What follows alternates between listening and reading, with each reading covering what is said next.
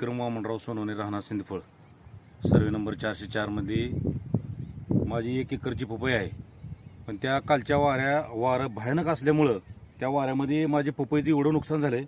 सगळ्या पपया खाली पडल्या, एवढ्या मोठ्या झाडं मोडले, त्याचे फाटे मोडले आणि बरंच नुकसान झालेलं आहे माझं. तरी सरकारनं त्याच्याविषयी थोडं लक्ष द्यावं आणि शेतकरी गरीब, कारण 1-2 लाख रुपयाचा खर्च आहे याच्यामध्ये, तर त्यांनी काहीतरी शेतकऱ्याला काहीतरी अनुदान द्यावं, ही आमची विनंती आहे. दुसरं काय नाही बाबासाहेब.